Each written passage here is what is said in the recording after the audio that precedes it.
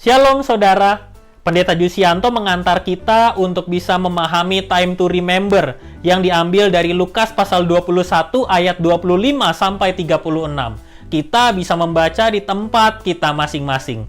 Dan dari Lukas pasal 21 ini kita sudah diajak untuk mengingat akan datangnya anak manusia ke dunia ini atau kedatangannya lagi. Yesus mengisahkan di pasal 21 ini secara keseluruhan bahwa kedatangannya nanti akan diawali atau ditandai dengan beberapa hal. Semuanya bisa kita baca di keseluruhan pasal 21 ini.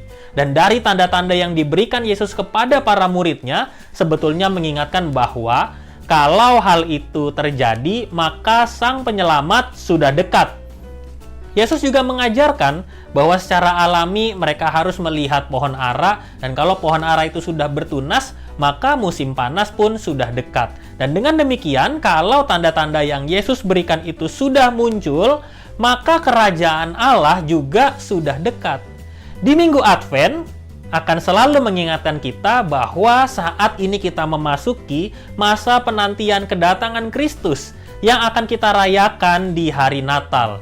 Maka seharusnya minggu-minggu Advent menjadi momentum untuk kita selalu mengingat akan kedatangan Kristus ke dunia ini. Jadi, Advent bukan hanya sekadar untuk menunggu Natal, tapi mengingat bahwa dalam waktu yang dekat ini, yang kita tidak tahu kapan, Kristus pun akan hadir di dunia ini untuk kedua kalinya. Hal itu adalah sebuah kepastian dan akan menjadi kenyataan. Lalu, apa yang bisa kita lakukan sambil menunggu kedatangannya? Di Lukas pasal 21 ayat 34, kita diajak untuk menjaga diri, tidak terlena dengan hal-hal duniawi. Menjaga diri supaya sadar bahwa kemewahan dan kenikmatan duniawi bisa membuat seseorang tidak hidup dalam imannya. Kita bisa saja terlena mengabaikan iman karena berbagai hal yang tengah kita kejar. Kita tidak menjadi orang yang mampu menjaga diri kita. Yang kedua, di Lukas pasal 21 ayat 36 mengatakan untuk kita senantiasa berjaga-jaga dan berdoa.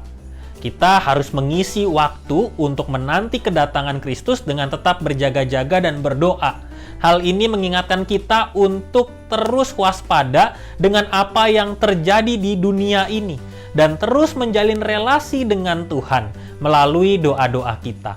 Dengan menjalin relasi dengan Tuhan, maka kita senantiasa diteguhkan iman kita. Dan kita juga dikuatkan untuk menghadapi tantangan apapun yang datang di dunia ini. Maka itu saudara, di Minggu Advent ini adalah minggu untuk mengingat bahwa kita semua sedang menanti kedatangan Yesus. Baik menanti hari Natal atau juga menanti kedatangannya yang kedua. Maka itu, di minggu-minggu Advent ini, selain kita memaknai tentang penantian Kristus, kita juga bisa menjaga diri dan hati kita. Kita juga bisa mengisi hidup kita dengan berjaga-jaga dalam doa. Pada pertemuan kali ini, saudara dapat berbagi tentang cara saudara mengisi minggu-minggu Advent. Apa yang sudah saudara lakukan dan apa juga yang mungkin akan saudara lakukan kemudian. Selamat berbagi, Tuhan Yesus memberkati.